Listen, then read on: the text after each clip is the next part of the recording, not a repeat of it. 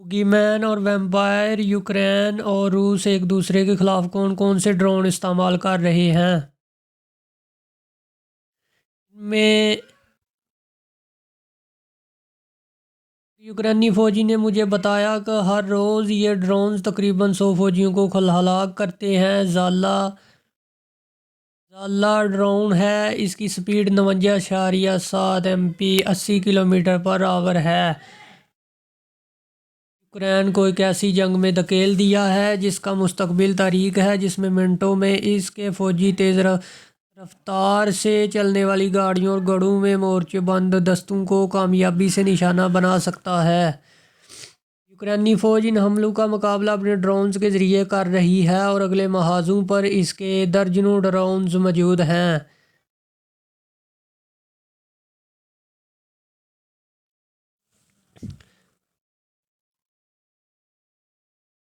एक यूक्रेनी फ़ौजी ने मुझे बताया कि हर रोज़ ड्रोन्स तकरीबन 100 फौजियों को हलाक करते हैं। हमले से कबल ड्रोन से ली गई आखिरी तस्वीर में रूसी फ़ौजियों को घबराते हुए और कांपते हुए हाथों से फायरिंग करते हुए देखा जा सकता है। यूक्रेनी ब्रिगेड के 37 साला ड्रोन कमांडर कहते हैं कि अगर आपने किसी इमारत में पनाह नहीं ली हुई तो चाहे रूसी फौजी हों या फिर यूक्रेनी, दोनों के ही जिंदा बचने के इम्कानात बहुत कम रह जाते हैं।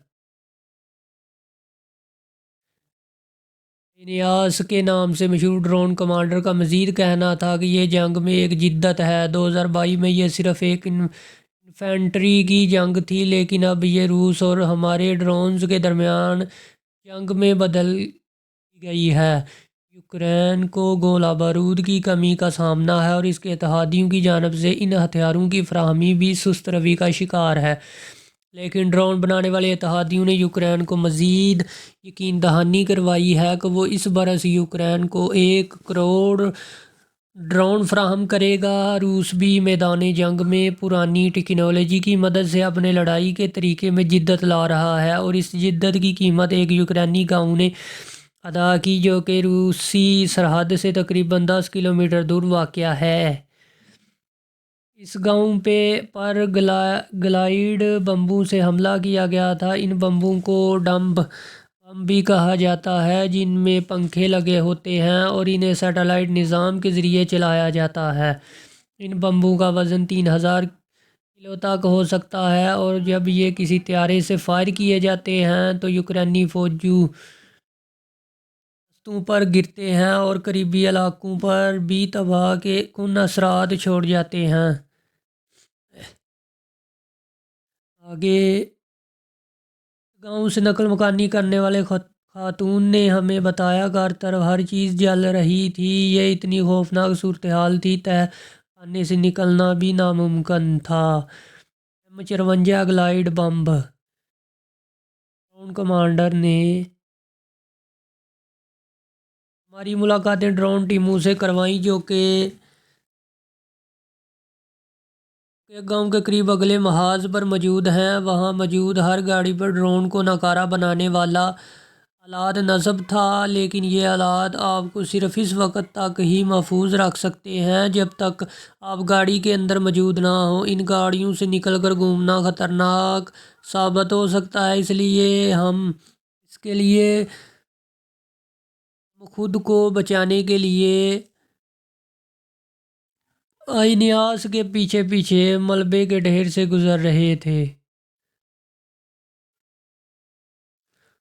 वेंजैंगल ड्रोन कुछ दिनों बाद रूसी फौजियों की पोजीशन से कुछ ही दूर तैनात एक यूक्रेनी कमांडर ने मुझे बताया कि जहाँ तक ड्रोन्स लड़ी जाने वाली जंग की बात है तो इसमें यूक्रेन आगे है, लेकिन रूस को ग्लाइड बम्बों की दस्तयाबी के सबब ज़्यादा कामयाबी हासिल होती है।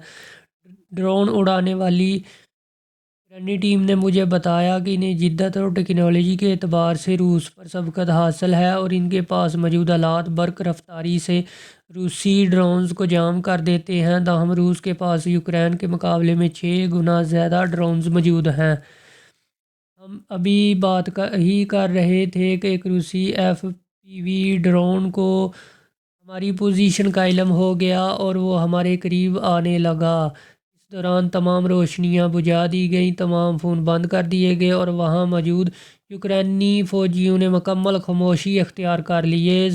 روسی ڈرون تقریباً ہمارے سروں کے اوپر موجود تھا اور ہم نے اپنی سانسیں روک رکھی تھیں۔ یہ ایک لمحے صدیوں پر محیط تھا اور کسی میں بھی اتنی ہمت نہیں تھی کہ وہ اپنی جگہ سے ہل سکے۔ پھر یہ ڈرون واپس لوٹ گیا، شاید اس سے کسی اور ہدف کی تلاش تھی۔ یوکرین کے پاس موجود سب سے بڑے ڈرون کا نام ویمپائر ہے۔